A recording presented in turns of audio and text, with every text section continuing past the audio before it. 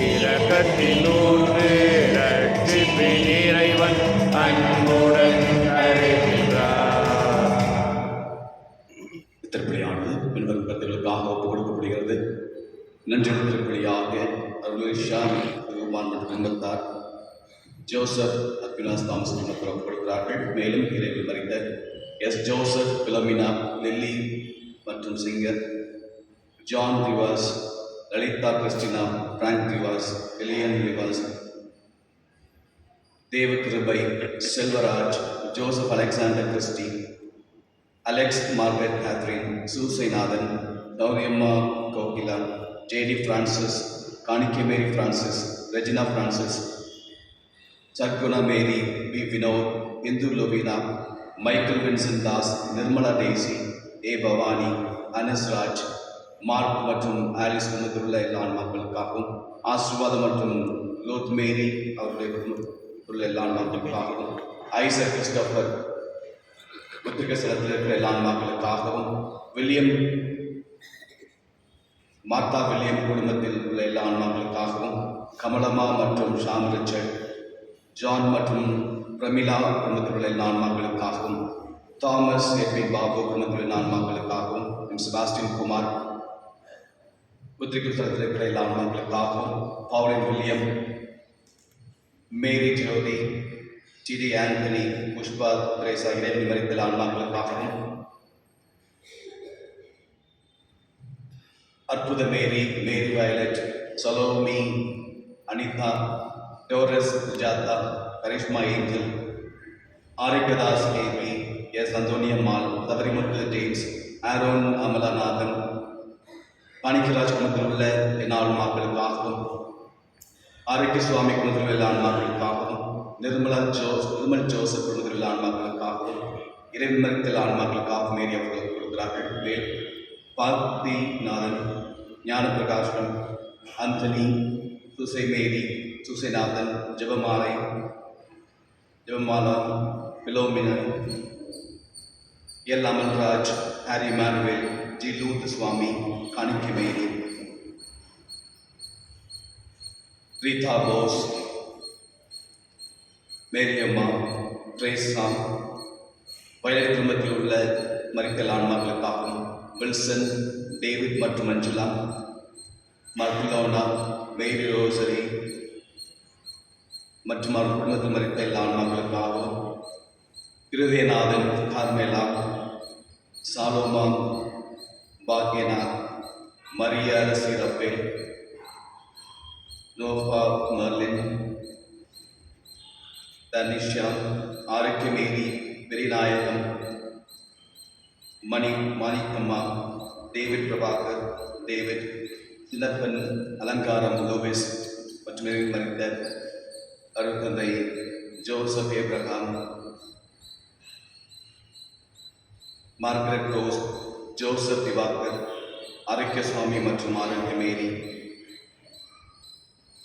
Sandhya hopper, Innocent, இறைவன் மறித்த எல்லா ஆன்மாக்களுக்காகவும், ஜோசப் மற்றும் Victoria, Lily Theresa, Sathyanathan, John Bosco, John Xavier, Joseph Michael, D'Cruz Michael, Ambrose Michael, தெக்கெல்லா மைக்கேல், பிரிம்ரோஸ் மைக்கேல், இவர்கள் ஆன்மாக்களுக்காகவும் மற்றும் குடும்பத்தில் உள்ள ஆன்மாக்களுக்காகவும் இந்த திருப்பிள்ளையை நம் பக்தியை ரொம்ப உட்படுத்து ஏழு ஆசிரியை நாம் இறங்குவோம். தந்தை மகன் தூயாவியாரின் பெயராலே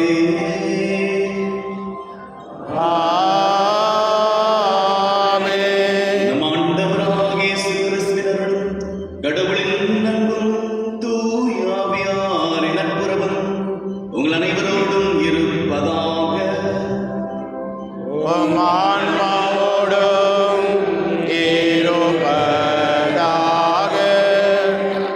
இயேசுவில் அன்பிக்க சகோதர சகோதரிகளே, நவம்பர் மாதம் 2ஆம் தேதி இறைவனில் மறித்த எல்லா ஆன்மாக்களுக்காகவும் இறை நம்பிக்கைகளுக்காகவும் நாம் பலி ஒப்பு கொடுத்து ஜெபிக்கிறோம். இந்த நாட்களிலே திருச்சபையானது நேற்றைய தினத்திலே விண்ணகத்திலே இறைவனோடு இருக்கிற எல்லா புனிதர்களுக்காக ஒரு விழா கொண்டாடியது.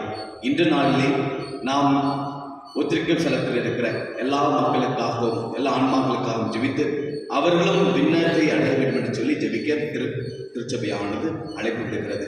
இந்த நாளிலே நம் குடும்பங்களிலே மறித்த எல்லா ஆன்மாக்களையும் நினைவு கூறுவோம். யாரும் நினையாத ஆன்மாக்களை நினைவு கூறுவோம். இன்னும் நம்முடைய ஜெப உதவி நாடி இருக்கிற எல்லா ஆன்மாக்களையும் நினைவு கூறுவோம். நாம் ஜெபிக்கிற ஜெபம் அவர்களுக்கு உறுதுணையாக இருக்கும். அவர்கள் நாமும் அந்த இடத்துக்கு போகிற போது நமக்காக அவர்கள் பரிந்து பேசுவார்கள். எனவே இந்த ஆன்மாக்களை நினைவு கொண்டு திருப்பிலை நாம் அனைவரும் பக்தியோடு பங்கு பெறுவோம். தூய மறை நிகழ்வுகளை கொண்டாட தகுதி பெறும் பொருட்டு நம் பாவங்களை ஏற்றுக்கொள்வோம்.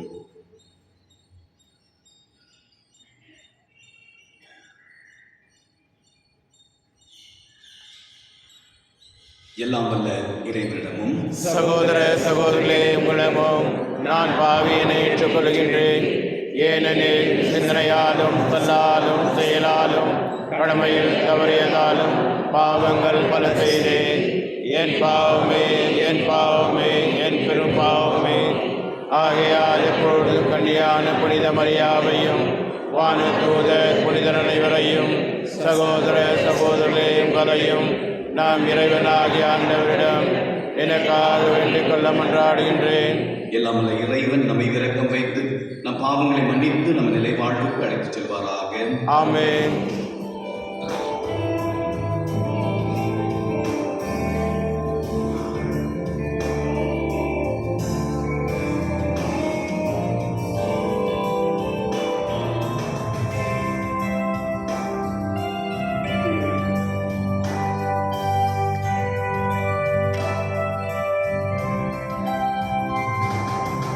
இறைவா இரக்கம் வையும், எம்மேல் இரக்கம் வையும். இறைவா இரக்கம் வையும், எம்மேல் இரக்கம் வையும். கிறிஸ்துவே இரக்கம் வையும், கிறிஸ்துவே இரக்கம் வையும். இறைவா இரக்கம் வையும், எம்மேல் இரக்கம் வையும். இறைவா இரக்கம் வையும், எம்மேல் இரக்கம் வையும்.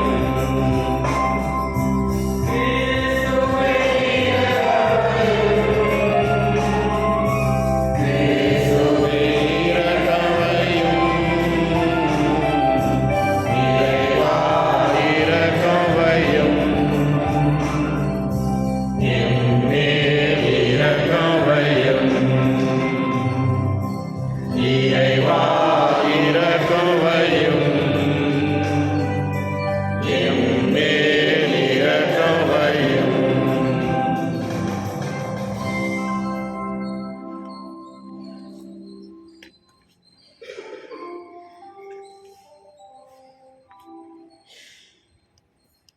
மன்றாடுவோமாக.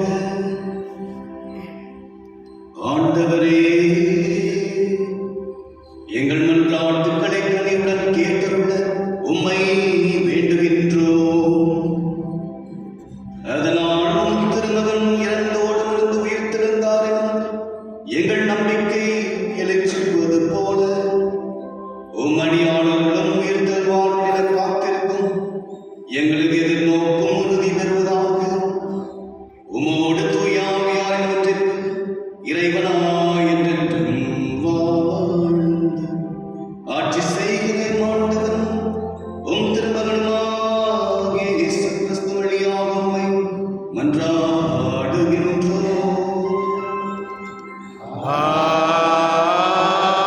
ஆமென்.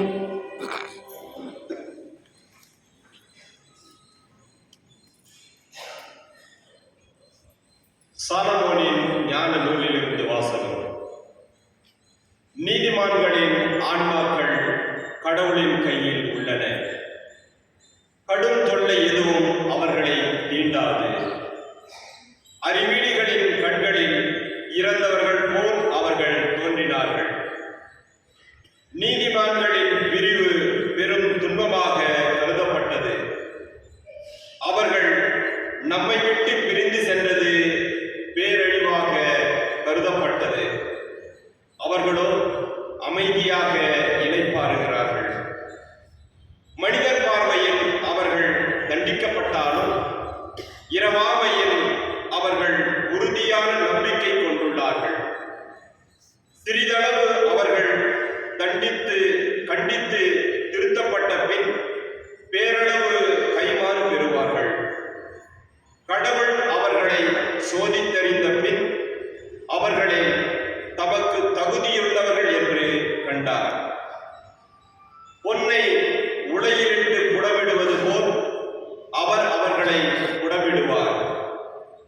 எரிபலி போல் அவர்களை ஏற்றுக்கொண்டார். கடவுள் அவர்களை சந்திக்க வரும்போது அவர்கள் ஒளி வீசுவார்கள். அரிதால் நடுவே தீப்பொறி போல் பறந்து சுடர் விடுவார்கள். நாடுகளுக்கு தீர்ப்பு வழங்குவார்கள். மக்கள் மீது ஆட்சி செலுத்துவார்கள். ஆண்டவரோ அவர்கள் மீது என்றென்றும் அரசாடுவார். அவரை நம்புவோர் உண்மையை அறிந்து கொள்வர். அன்பில் நம்பிக்கை கொள்வோர் அவரோடு நிலைத்திருப்பர். அருளும் இரக்கமும் அவர் தேர்ந்து கொண்டோர் மீது இருக்கும். ஆண்டவர் வழங்கும் அருள்வாக்கு. இறைவாக்கு நன்றி. பதிலுரை பாடல் பல்லவி. ஆண்டவரே என் ஆயர், எனக்கு ஏதும் குறையில்லை. ஆண்டவரே நாயர், எனக்கு ஏதும் குறையில்லை. ஆண்டவரே என் ஆயர், எனக்கேதும் குறையில்லை.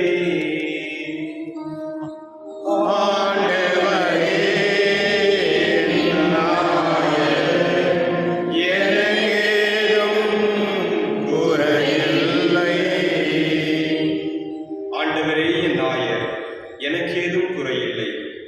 பசும்புல் வெளி மீது என்னை அவர் இளைப்பாற செய்வார். அமைதியான நீர்நிலைகளுக்கு என்னை அழைத்துச் செல்வார்.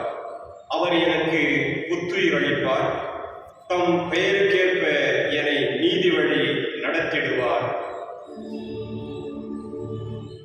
ஆண்டவரே நாயர், எனக்கு ஏதும் குறையில்லை. சாவின் இருள் சூழ் பள்ளத்தாக்கில் நான் நடக்க நேர்ந்தாலும் நீர் என்னோடு இருப்பதால் எத்தீங்கிற்கும் அஞ்சிடேன். உம் கோலும் நெடுங்கழியும் என்னை தேற்றும். ஆண்டவரே நாயர், எனக்கு ஏதும் குறையில்லை. என்னுடைய எதிரிகளின் கண்முன்னே எனக்கு ஒரு விருந்தினை ஏற்பாடு செய்கிறேன். என் தலையில் நறுமண தைலம் பூசுகின்றேன். எனது பாத்திரம் நிரம்பி வழிகின்றது. ஆண்டவரே நாயர், எனக்கு ஏதும் குறையில்லை. உண்மையாகவே என் வாழ்நாள் எல்லாம் உம் அருள் நலமும் பேரன்பும் என்னை உடசூழ்ந்து வரும். நானும் ஆண்டவரின் இல்லத்தில் நெடுநாள் வாழ்ந்திருவேன். ஆண்டவரே நாயர், எனக்கு ஏதும் குறையில்லை.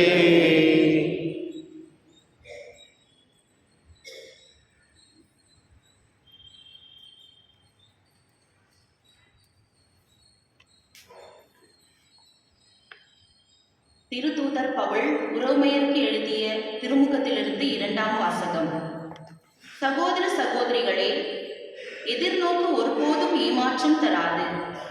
ஏனெனில் நாம் பெற்றுள்ள தூய ஆவியின் வழியாய் கடவுளின் அன்பு நம் உள்ளங்களில் பொழியப்பட்டுள்ளது. நாம் இறைப்பற்றியின்றி வலுவற்றிருந்த போதே குறித்த காலம் வந்ததும் கிறிஸ்து நமக்காக தம் உயிரை கொடுத்தார். நேர்மையாளருக்காக ஒருவர் தம் உயிரை கொடுத்தலே அரிது. ஒருவேளை நல்லவர் ஒருவருக்காக யாரேனும் தம் உயிரை கொடுக்க துணியலாம். ஆனால் நாம் பாவிகளாய் இருந்த போதே கிறிஸ்து நமக்காக உயிரை கொடுத்தார். இவ்வாறு கடவுள் நம்மீது கொண்டுள்ள தம் அன்பை எடுத்து காட்டியுள்ளார். ஆகையால் இப்போது நாம் கிறிஸ்துவின் இரத்தத்தினால் கடவுளுக்கு ஏற்புடையவர்களாகி அவர் வழியாய் தண்டனையிலிருந்து தப்பி மீட்பு பெறுவோம் என மிக உறுதியாய் நம்பலாம் அன்றோ? நாம் கடவுளுக்கு பகைவர்களாயிருந்தும் அவருடைய மகன் நமக்காக உயிரை கொடுத்ததால் கடவுளோடு ஒப்புரவாக்கப்பட்டுள்ளோம். அப்படியானால் ஒப்புரவாக்கப்பட்டுள்ள நாம் வாழும் அவர் மகன் வழியாகவே மீட்கப்படுவோம் என மிக உறுதியாய் நம்பலாம் அன்றோ? அது மட்டுமல்ல, இப்போது கடவுளோடு நம்மை ஒப்புரவாக்கியுள்ள நம் ஆண்டவர் இயேசு கிறிஸ்துவின் வழியாய் நாம் கடவுளோடு உறவு கொண்டு பெருமகிழ்ச்சி அடைகிறோம். இம்மகிழ்ச்சியை நமக்கு தருபவர் கடவுளே. ஆண்டவரின் அருள்வாக்கு. இறைவாக்கு நன்றி.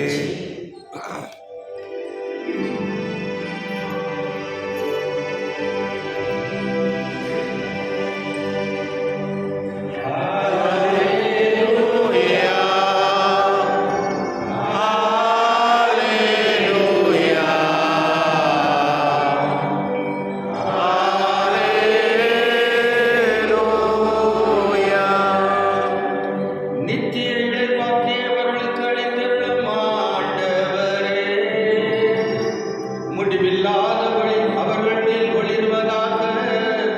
அல்லேலூயா.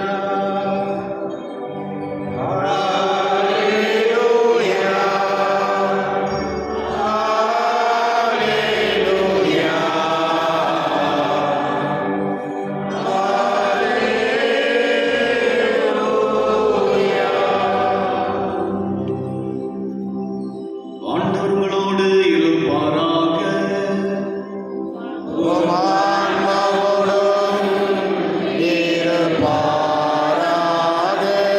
யோவான் எழுதிய தூய நற்செய்தியிலிருந்து வாசகம்.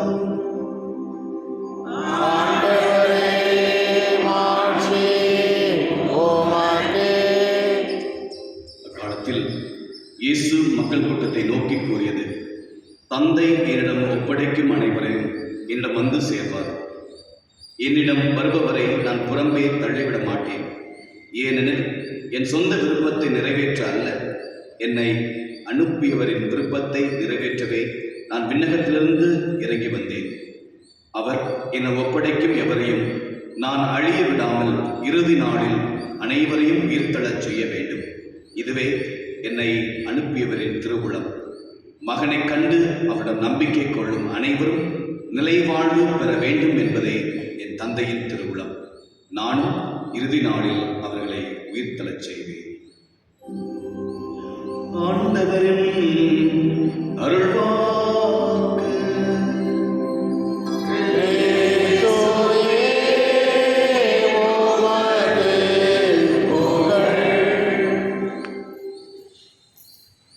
இயேசுவில் நம்பிக்கை சகோதர சகோதரிகளே, இறைவனில் மறைத்து நிலைவாழ்வை எதிர்நோக்கி இருக்கிற அனைத்து ஆன்மாக்களுக்காகவும் ஜெபிக்கிற நாளிலே திருச்சபை நம்மை அழைத்திருக்கிறது.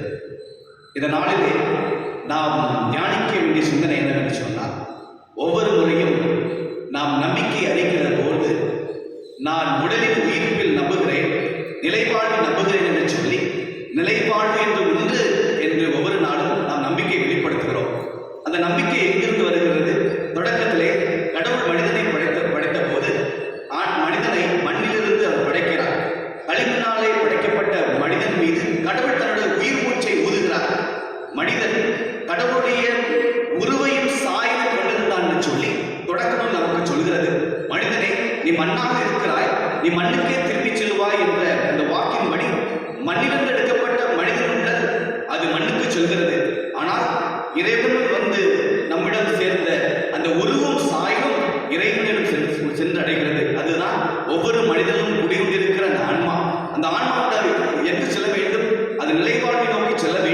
அதுதான் இந்த நாளிலே நாம் அனைவரும் தியானிக்க வேண்டிய முதல் சிந்தனை.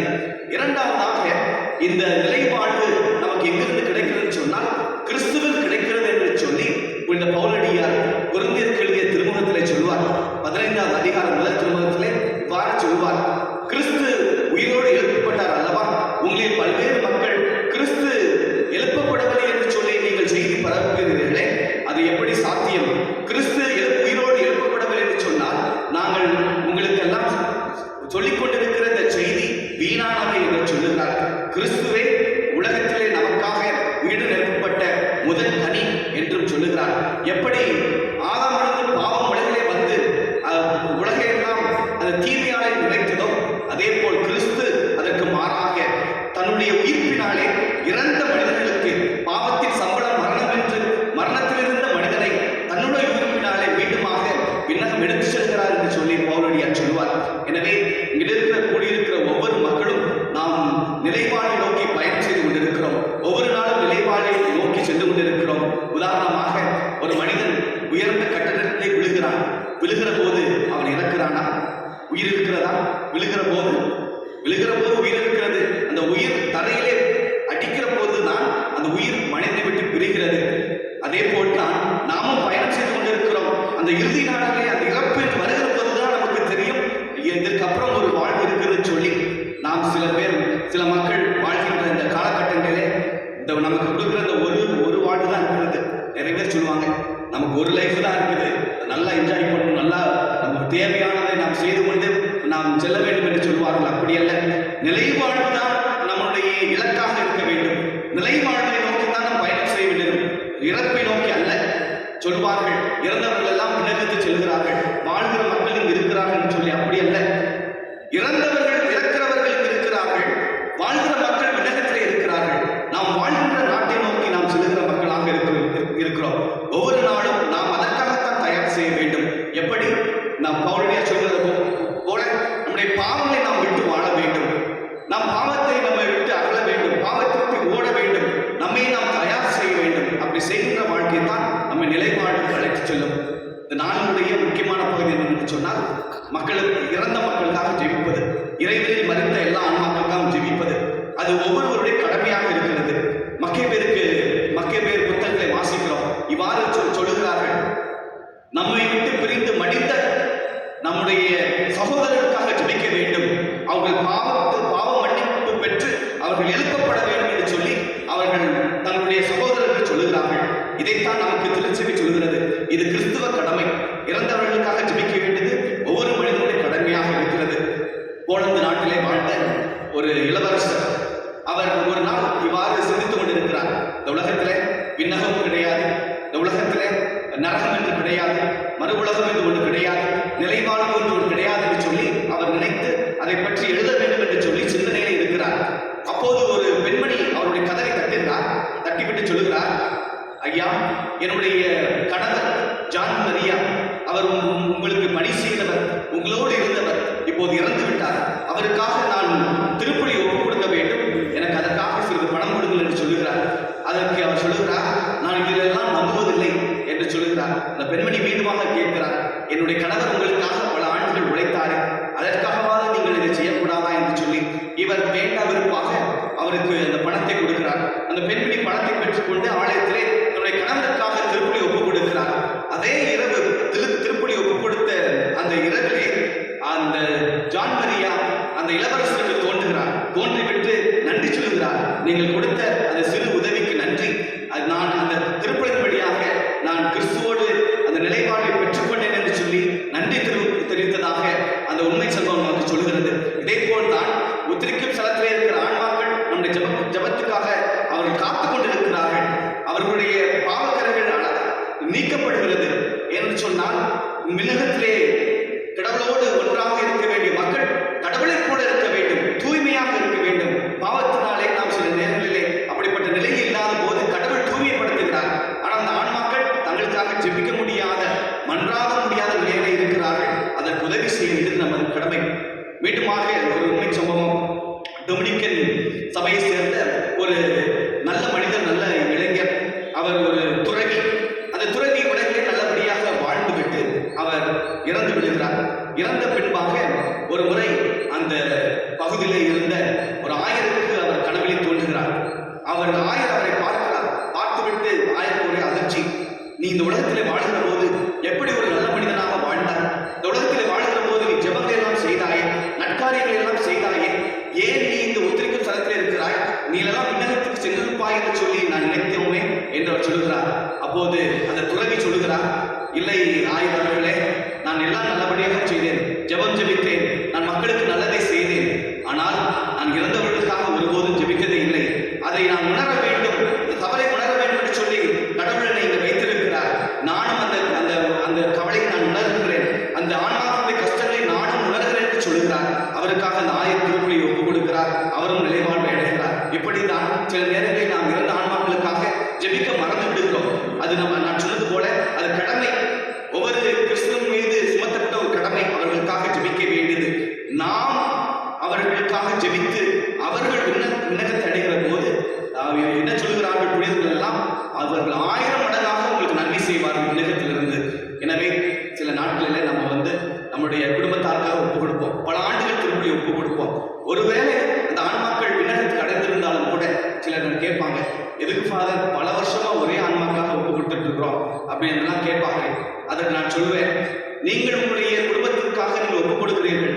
அவர்கள் விண்ணகத்தில் இருந்தார்கள் சொன்னால் நீங்கள் ஒப்புக் கொடுக்கிற அந்த பலியானது மற்றொரு ஆன்மாக்கு நிச்சயமாக உதவி புரியும். அது பிற மக்கள், அங்கு இருக்கிற மக்களுக்கு, யாரும் நினையாத ஆன்மாக்களுக்கு அது நிச்சயமாக உதவி புரியும். எனவே நாம் ஜெபம், தவம், நாம் செய்கிற நற்செய்திகள் வழியாக இந்த நற்செய்திகளை ஆன்மாக்களுக்காக ஒப்புக் கொடுக்க வேண்டும். அதுதான் கிறிஸ்து நம்ம எல்லாம் வெகுவாக நம்மோடு அழைக்கிறார். எனவே இந்த நாளில் இந்த திருப்பலி கொண்டாடுகிற வேளையிலே நாமும் இந்த ஆன்மாக்களை மறக்கக்கூடாது. யாரும் நினையாத ஆன்மாக்கள், நம் குடும்பத்தில் உள்ள ஆன்மாக்கள், தெரிந்த ஆன்மாக்களுக்காக தொடர்ந்து ஜெபிக்க வேண்டும். ஜெபமாலைகளின் வழியாக, திருப்பலி ஒப்புக் கொடுப்பதன் வழியாக, இன்னும் தனிப்பட்ட நாம் தவ முயற்சிகள் செய்கிற போது கூட இந்த ஆன்மாக்களுக்காக ஒப்புக் கொடுக்க வேண்டும். இவர்கள் இதிலை பார்த்து அடைந்து நமக்காகவும் ஒரு நாள் நாம் அந்த ஒரு நிலைக்கு தள்ளப்பட்டோம் என்று சொன்னால் அவர்கள் நமக்காக ஜெபிப்பார்கள். எனவே நம்முடைய இலக்கு ஒத்திரிக்கும் ஸ்தலம் அல்ல, நம்முடைய இலக்கு விண்ணகம், நிலைவாழ்வு. அதற்கு நம்மை தயார் செய்ய வேண்டும், நல்லபடியாக வாழ வேண்டும், பாவத்தை அகற்றி வாழ வேண்டும். அதற்காக ஜெபித்து இறைவன் ஆசிரியர் இறஞ்சுவோம். நம்முடைய எல்லா ஆன்மாக்களுக்காகவும், நம்முடைய குடும்ப உறுப்பினர்களுக்காகவும், இன்னும் யாரும் முடியாத ஆன்மாக்களுக்காகவும் அவர்கள் ஜெபித்து திருப்பலியை பகிர்வோம்.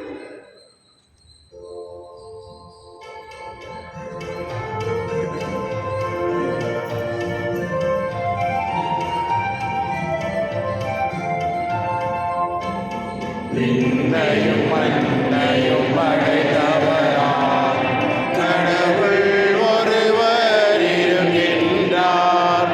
தந்தை, மகன், தூய ஆவியராய் ஒன்றாய் வாழ்வோரை நம்புகிறேன். தூய ஆவியின் வல்லமையால் இறைமகன் நமக்காய் மனிதனானார். கன்னி மரியிடம் பிறந்தவராய்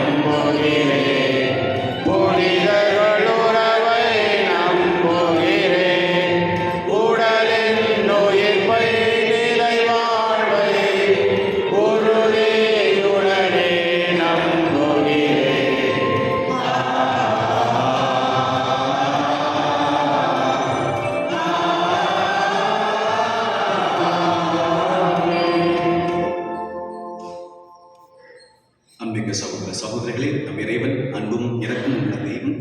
நம் மீதும் இறந்த ஆன்மாக்கள் மீதும் இறைவன் இரக்கம் வைக்க வேண்டும் சொல்லி நம்முடைய ஜெபங்களை ஆண்டவர் பாதம் சமர்ப்பிப்போம். உங்கள் பதில் ஆண்டவரே எங்கள் மன்றாட்டை கேட்டருளும். ஆண்டவரே எங்கள் மன்றாட்டை கேட்டருளும். வாழ்வளிக்கும் இறைவா, எம் திருத்தந்தை 14ஆம் லியோ, எம் பேராயர், ஏனைய ஆயர்கள், குருக்கள், துறவரத்தார் அனைவரும் இறை வழியில் எந்நாளும் மக்களை வழிநடத்த விண்ணக பேரின்பத்தில் அனைவரும் திளைக்க வரமருள இறைவா உம்மை மன்றாடுகிறோம். ஆண்டவரே எங்கள் மன்றாட்டை கேட்டருளும். தூய்மை மிகு இறைவா, எங்கள் குடும்பத்தில் வாழ்ந்து மரித்த அனைவருக்காகவும் மன்றாடுகின்றோம். உமது திருமுக ஒளியினுள் அவர்களை ஏற்று நித்திய இளைப்பாறுதல் தந்திட வேண்டுமென்று இறைவா உம்மை மன்றாடுகின்றோம். ஆண்டவரே எங்கள் மன்றாட்டை கேட்டருளும். பாசமிகு இறைவா, எங்கள் திரு அவையை தலைமையேற்று வழிநடத்திய திருத்தந்தையர், மறை அதிகாரிகள், ஆயர்கள், எமது பங்கில் உழைத்து மரித்த அனைத்து குருக்கள், வேதியர் மற்றும் அனைத்து பணியாளர்களுக்காகவும் வேண்டுகின்றோம். அவர்களின் சீரிய பணியினை ஏற்று ஆசீர்வதித்து நிலைவாழ்வின் பரிசை அவர்களுக்கு வழங்கி அருள் புரிய வேண்டும் என்று இறைவா உம்மை மன்றாடுகிறோம். நேசமிகு இறைவா, யாரும் நினையாத ஆன்மாக்களுக்காக வேண்டுகின்றோம். நீரே அவர்களுக்கு நித்திய ஆறுதல் அளித்து விண்ணக வாழ்வின் பேரின்பத்தில் பங்கு பெற வரமருள வேண்டும் என்று இறைவா உம்மை மன்றாடுகின்றோம். தனிப்பட்ட குடும்ப தேவைகளுக்காக மௌனமாக ஜெபிப்போம்.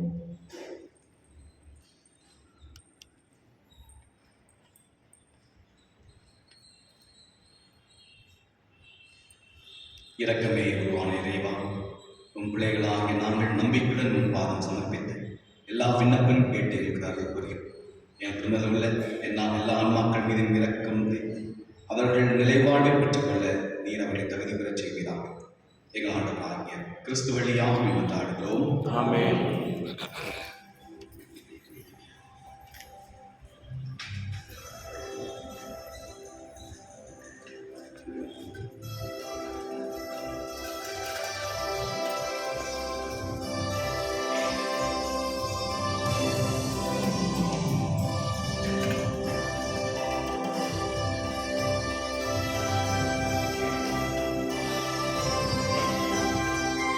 புதுமை மணிகள் மண்ணில் மணிந்து பரங்கள் தந்திடுமே, மடியும் மணிகள் விண்ணில் பிறந்து இன்றும் வாழிடுமே. புதுமை மணிகள் மண்ணில் மணிந்து பரங்கள் தந்திடுமே, மடியும் மணிகள்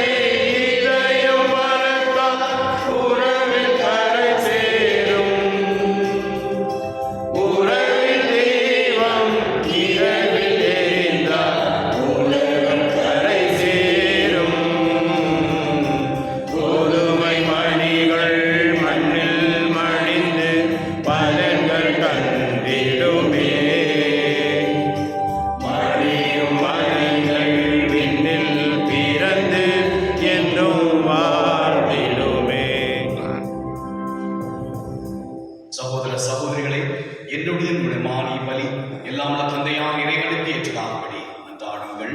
ஆண்டவர் தமது பெயரின் புகழ்ச்சிக்காகவும் ஆட்சிக்காகவும் நமது நன்மைக்காகவும் புனித திராவையனுக்கு நலனுக்காகவும் உமது கையிலிருந்து வெளியேற்றிக் கொள்வாராக. ஆண்டவரே, எங்கள் காணிக்கைகளை கனிவுடன் ஏற்றருளும். அதனாலும் திருமகனுடைய பரிவிரக்கத்தின் மாபெரும் அருளடையாளத்தில் ஒன்றுபடும் இறந்தும் அடியார்கள் உம் திருமகனோடு ஆட்சிக்கு உயர்த்த பெறுவார்களாக. என்றென்று வாழ்ந்து ஆட்சி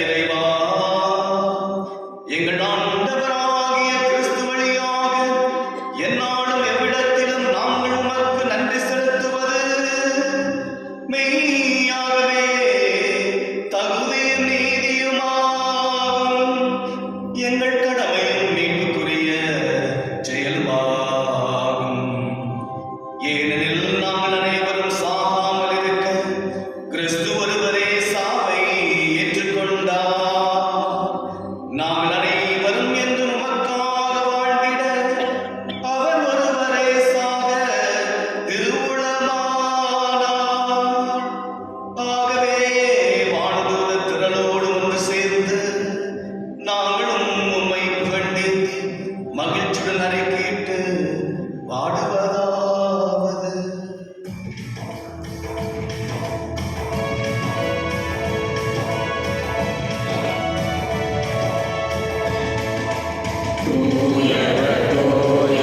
தூயவர் வான்படைகளின் கடவுளாம் ஆண்டவர்.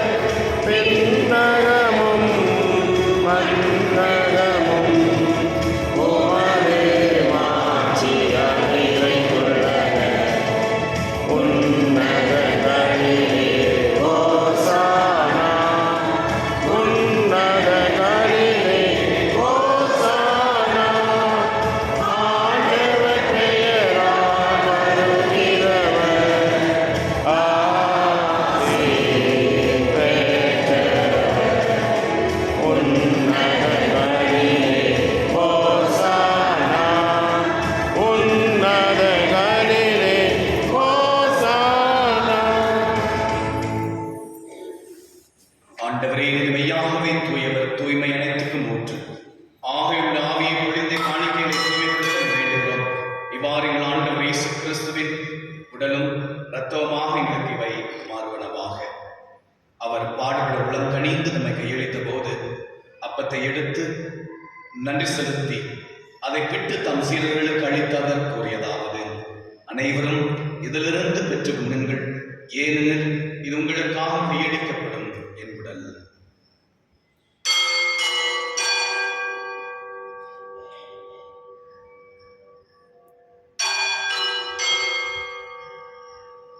அவனமே இரவு விருந்து அருந்திய பின் கிண்ணத்தையும் எடுத்து மீண்டும் உமக்கு நன்றி கூறி தம் சீடர்களுக்கு அளித்து அவர் கூறியதாவது: அனைவரும் இதிலிருந்து பெற்று பருகுங்கள், ஏனெனில் இது புதிய நிலையான உடன்படிக்கைக்குரிய இரத்தத்தின் கிண்ணம். இது பாவ மன்னிப்புக்கென்று உங்களுக்காகவும் பலருக்காகவும் சிந்தப்படும். இதை நினைவாக செய்யுங்கள்.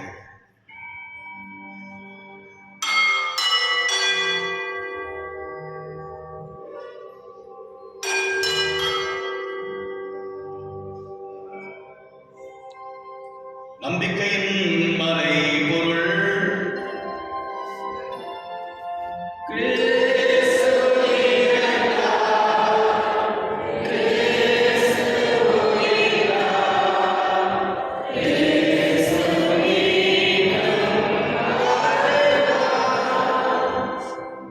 ஆகவே ஆண்டவரே, நாங்கள் கிறிஸ்துவின் இறப்பினும் உயிர்ப்பினும் நினைவு கூர்ந்து வாழ்வதும் அப்பத்தை மீட்பளிக்கும் கிண்ணத்தையும் ஒப்புக் கொடுக்கின்றோம். உம் திருமணன்று ஊழியர்க்குரிய தகுந்தவர்கள் எங்களை ஏற்றுக்கொண்டீர். எனவே உமக்கு நன்றி செலுத்துகிறோம். மேலும் கிறிஸ்துவின் உடலிலும் இரத்தத்திலும் பங்கு கொள்ளும் எங்களை தூய ஆவியார் ஒன்று சேர்க்க வேண்டுமென தாழ்மையுடன் மன்றாடுகிறோம். ஆண்டவரே, உலகெங்கும் பரவியிருக்கும் அது திரு அவை நினைவு கூர்ந்தருளும். எங்கள் திருத்தந்தை லியோ, எங்கள் ஆயர் பீட்டர், எல்லா திருநிலையர் ஆகிய அனைவரோடும் உமது திரு அவை அன்பில் நிறைவு பெறச் செய்தருளும். நீர் உலகிலிருந்து உடம் அழைத்துக் கொண்ட மடியார்களை நினைவு கூர்ந்தருளும். உம் திருமகனோடு அவரது இறப்பில் இணைக்கப்பட்டிருந்த இவர்கள் உயிர்ப்பிலும் அவரை போல இருக்கச் செய்தருளும். மேலும் உயிர்த்தலும் எதிர்நோக்குடன் தூய்ந்து கொள்ளும் எங்கள் சகோதரர் சகோதரிகளையும் இறந்தோர் அனைவரையும் இரக்கத்துடன் நினைவு கூர்ந்து உமது திருமுக ஒளியினுள் ஏற்றருளும். எங்கள் அனைவரும் மீதும் இரக்கமாயும் கடவுளின் கன்னித்தாயான புனித மரியா, அவருடைய கணவரான புனித யோசேப்பு, புனித திருத்தூதர்கள், இவ்வுலகிற்கு வந்தவராய் இருந்தோர் ஆகிய புனிதர் அனைவருடனும் நாங்கள் நிலைவாழ்வில் பங்கு கொள்ளும் தகுதி பெற்று திருமகன் இயேசு கிறிஸ்து வழியாக புகழ்ந்தேத்து மரமருள மன்றாடுகிறோம். இவர் வழியாக இவரோடு இவரில் எல்லாம் வல்ல இறைவனாகிய தந்தையே, தூய ஆவியார் ஒன்றுக்கு எல்லா புகழும் மாட்சியும் என்றென்றும் உமக்கு உரியதே.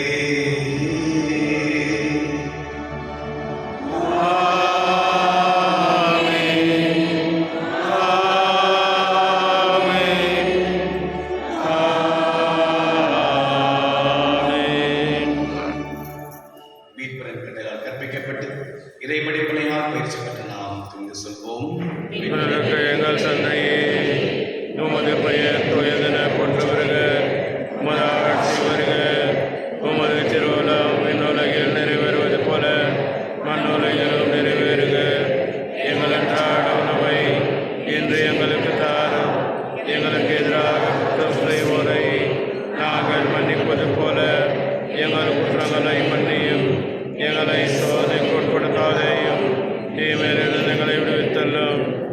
ஆண்டவரே, தீமை அனைத்திலிருந்தும் எங்களை விடுவித்து எங்கள் வாழ்நாளில் அமைதியை கனிவுடன் அருளும் என்றாடுகிறோம்.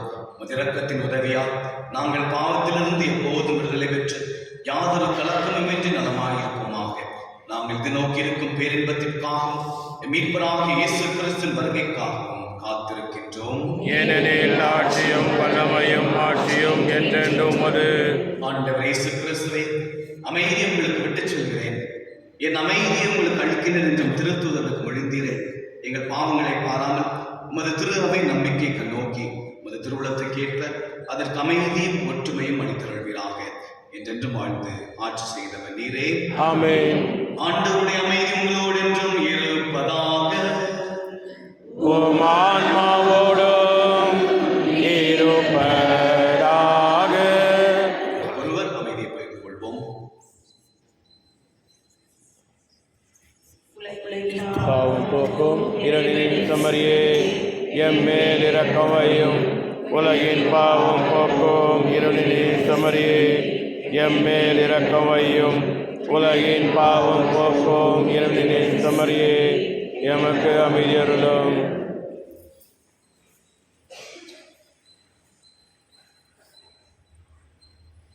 இதோ இறைவனின் செம்மறி, இவரை உலகின் பாவங்களை போக்குகின்றவர். செம்மறின் விருந்து அழைக்க பெற்ற நாம் வேறு பெற்றோர். என் ஆண்டவரே, நீர் எழுந்தருள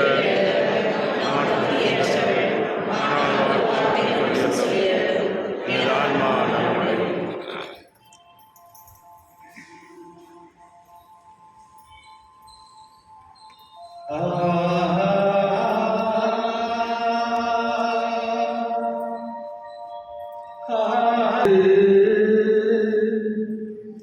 செல்லும் நண்பா,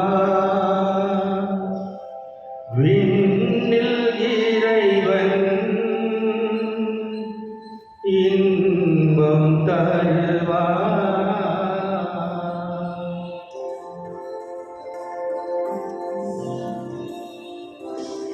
மண்ணில் வாழ்ந்து செல்லும் நண்பா, விண்ணில் இறைவன் இன்பம் தருவார். அன்று உன்னை படைத்த இறைவன் இன்று உன்னை அழைக்கின்றார். அன்று உன்னை படைத்த இறைவன் இன்று உன்னை அழைக்கிறார். மண்ணில் வாழ்ந்து செல்லும் நண்பா, விண்ணில் இறைவன் இன்பம் தருவார்.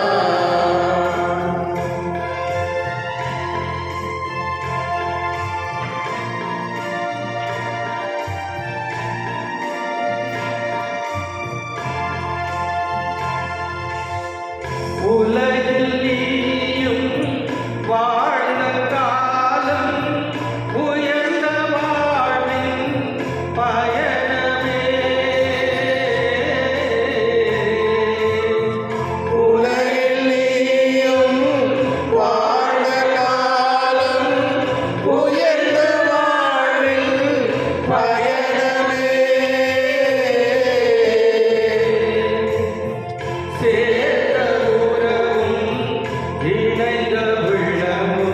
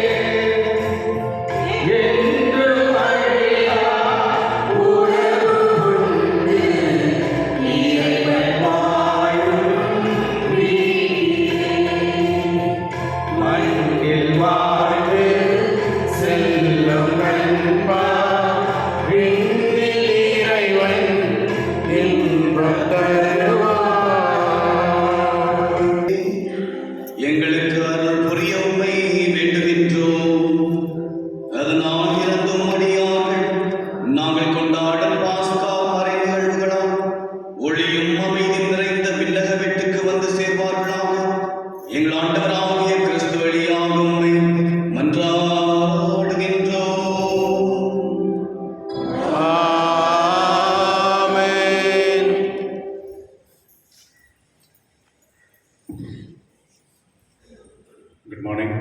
Morning father. சாதாரண காலத்தின் 31ஆம் ஞாயிறு. இன்று தாய் திருச்சபையானது மரித்த ஆண்களுக்காக விழாவை கொண்டாடுகின்றது. இது ஒரு திருவிழா மாதிரி தான். கிறிஸ்துவ நண்பர்களே, திருப்பலி ஆன பிறகு நம்ம செமெட்ரியில் கேட் நம்பர் 5 வந்து 8 மணிக்கு மலையாளத்திலும், 10 மணிக்கு தமிழிலும், 11 மணிக்கு கன்னடத்திலும், 5 மணிக்கு தமிழிலும் திருப்பலி இருக்கும். மற்றும் ஓல்டு செமெட்ரி கேட் நம்பர் 7ல் 3 மணிக்கு கன்னடத்திலும், 4 மணிக்கு ஆங்கிலத்திலும் தமிழிலும் சேர்ந்து திருப்பலி இருக்கும். வரக்கூடிய நாட்களுடைய திருவிழா திங்கட்கிழமை புனித மார்ட்டினுடைய திருவிழா,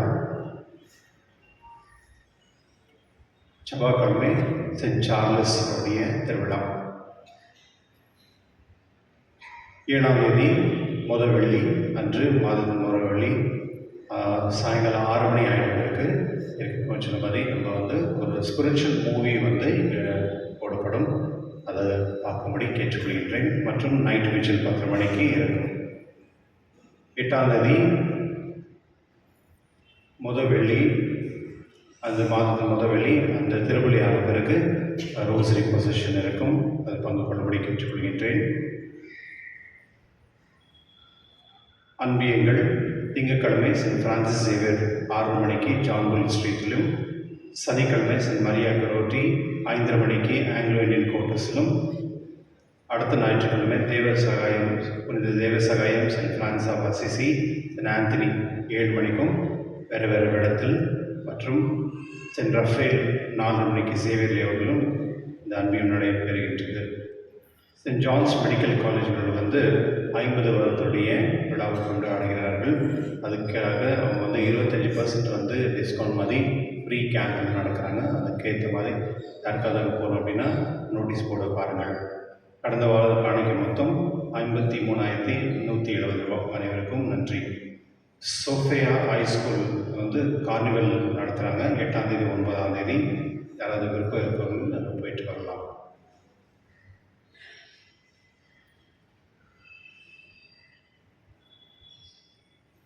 கிறிஸ்துவர்களே, ஏற்கனவே நான் சொன்னபடி இன்று வந்து நான் வந்து அஃபிஷியலாக வந்து இந்த செமெட்ரியுடைய ரூல்ஸ் அண்ட் ரெகுலேஷன்ஸ் நான் அஃபிஷியலாக அனௌன்ஸ் பண்ணுறேன்னு நான் சொல்லியிருந்தேன்.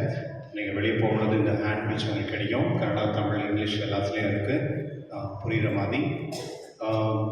அங்கே வந்து ஃபர்தர் யாராவது வந்து அங்கே வந்து இந்த கிரேவ் ஏதாவது கட்டணும் அப்படின்னு சொன்னீங்கன்னா அது வந்து 3 மாடல் தான் நீங்கள் கட்ட முடியும். ஒரு மாடல் வந்து மண்ணில், இன்னொன்று வந்து சிமெண்ட்டில், இன்னொன்று வந்து ஸ்டோனில்.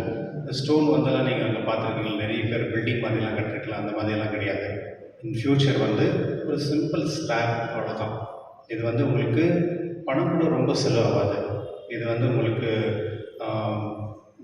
மட்கிரேவ் அப்படின்னு சொல்கிறாங்க, இந்த மண்ணில் பண்ணுறது. மண்ணில் கொஞ்சம் டிஃப்ரெண்ட்டாக இருக்கும். அது வந்து 5,500 ரூபா. சிமெண்ட்டில் பண்ணுறது வந்து 7,500 ரூபா. இந்த ஸ்டோன், அதாவது அந்த ஸ்லாப்னு சொன்னேன், அது வந்து இன்னும் எங்களுக்கு அமௌண்ட்டு தெரில எவ்வளோ அப்படின்னு. அதை பார்த்து நாங்கள் சொல்கிறோம். இன்வெல்ட்டெல்லாம் நீங்கள் வந்து 30,000 ரூபா, 40,000, 50,000 ரூபா கொடுக்கலாம், தேவையில்லை. அட்லீஸ்ட் அந்த இடத்துல எல்லோரும் ஒரு ஈக்குவலாக இருக்கிறதுக்கு நம்ம முயற்சி செய்வோம். இந்த ரீஃபிட்டிங் சார்ஜஸ்ன்னு சொல்லுவாங்க, இந்த இடிச்சுட்டு மறுபடியும் பண்ணுறதுக்கு அதுக்கு 5,000 ரூபா. மற்றும் 300 ரூபா வந்து வருஷத்துக்கு ஒரு முறை நீங்கள் வந்து அந்த செமெட்ரி மெயின்டெனன்ஸுக்காக நீங்கள் கொடுக்க வேண்டியதாக இருக்கும். அது வந்து நீங்கள் இங்கேயும் பே பண்ணலாம், இல்லை அங்கேயும் கூட பே பண்ணலாம். ஜென்ரல் இன்ஸ்ட்ரக்ஷன்ஸ் வந்து, அதாவது இப்போ நீங்கள் எப்படி இந்த கோயிலில் நீங்கள் எப்படி பயபக்தியோட விசுவாசத்தை நீங்கள் பார்த்துக்கொள்கிறீர்களோ அதே போல் நம்முடைய செமெட்ரி கூட நம்ம அப்படி தான் பார்த்துக்கணும். மாஸ் புக்கிங் வந்து நீங்கள் இங்கே கூட கொடுக்கலாம், இல்லை அங்கே கூட கொடுக்கலாம். ஆல்டர் பாய்ஸ் கொடுங்க, ஒரு alter boys. Go outside me. Go outside. Don't distribute here. வெளியே போகும், வெளியே போயிட்டு வந்தீங்க.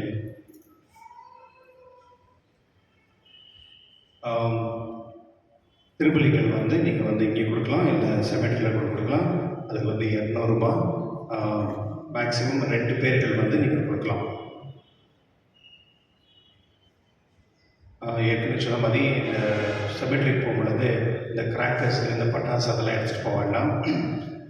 அந்த இடத்துல வந்து நம்ம சுத்தமாக பார்த்துக்கணும், நம்முடைய கடமை. திருப்பலி சமயத்தில் வந்து நிறைய பேர் வந்து கத்தி குச்சி போட்டு நல்லா இருக்கிறாங்க அப்படின்னு நிறைய கம்ப்ளைண்ட்ஸ். எப்போதுமே நம்ம செமெட்ரிக்கு போகும்பொழுது இப்போ நீங்கள் பாருங்கள் எவ்வளோ அமைதியாக இருக்கிறீங்க கோயிலில், அதே போல் தான் நம்ம செமெட்ரி கூட நம்முடைய பீஸ்ஃபுல்லாக ஒரு சைலண்ட்டான ஒரு திருப்பலி நம்ம பங்கு கொள்ள வேண்டும். இனிமேல் வந்து தயவுசெய்து செமெட்ரியில் எந்த காரணத்துக்கும் நீங்கள் எந்த பணமும் கொடுக்கக்கூடாது. இந்த டிப்ஸ் கொடுக்குறது கூட நீங்கள் அதை நிற்க வைக்கணும், யாரும் கொடுக்கக்கூடாது. ஏன்னா அங்கே வந்து நீங்கள் எவ்வளோ நீங்கள் வந்து பணத்தை வந்து நீங்கள் கொடுக்குறது பண்ணுறீங்களோ அவங்க அட்வான்டேஜ் எடுத்துவாங்க, அதில் ஒரு டிசிப்ளின் கொண்டு வர முடியாது. அதனால் இன் ஃப்யூச்சர் எந்த ஒரு கரஸ்பாண்டன்ஸ் ஃபைனான்ஷியல் எதாவது இருந்தாலும் நீங்கள் ஆஃபீஸில் தான் வந்து நீங்கள் கேட்டு செய்யணும். ஏதாவது உங்களுக்கு கிளாரிஃபிகேஷன் ஏதாவது வேணும்னா கூட நீங்கள் இங்கே வந்து ஃபாதர்ஸ் கிட்ட கேட்கலாம், இல்லை ஆஃபீஸில் நீங்கள் கேட்கலாம்.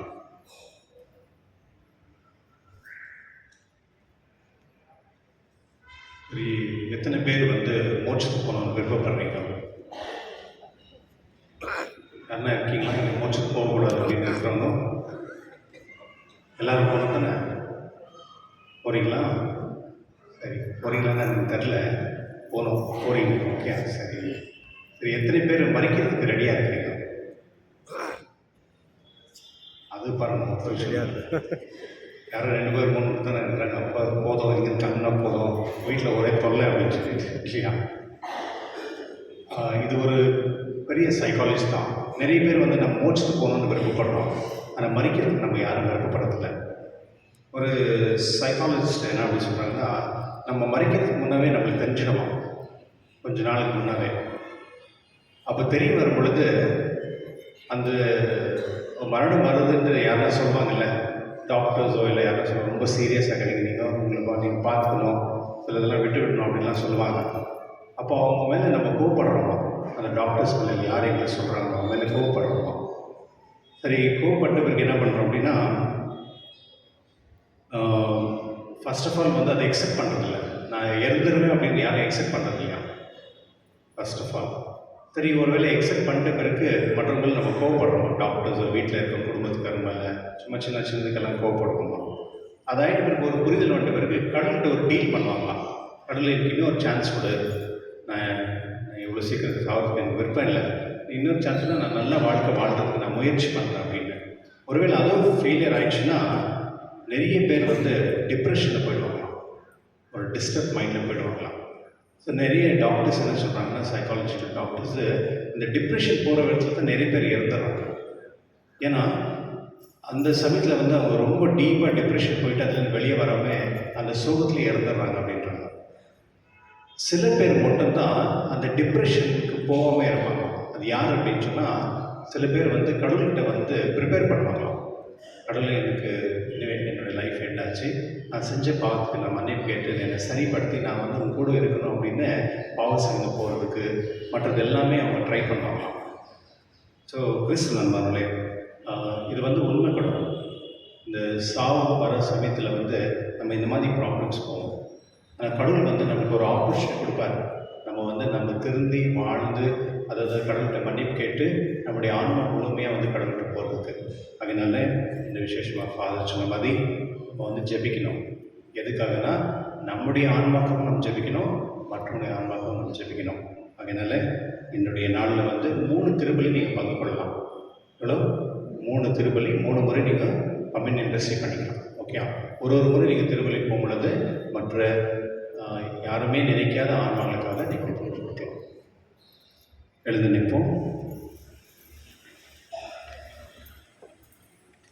இறைவாசிபரத்தில் எழுதுவோம். சொல்லற்கரிய நன்மையால் மனிதரை படைத்தவரும் தம்முடைய திருமகன்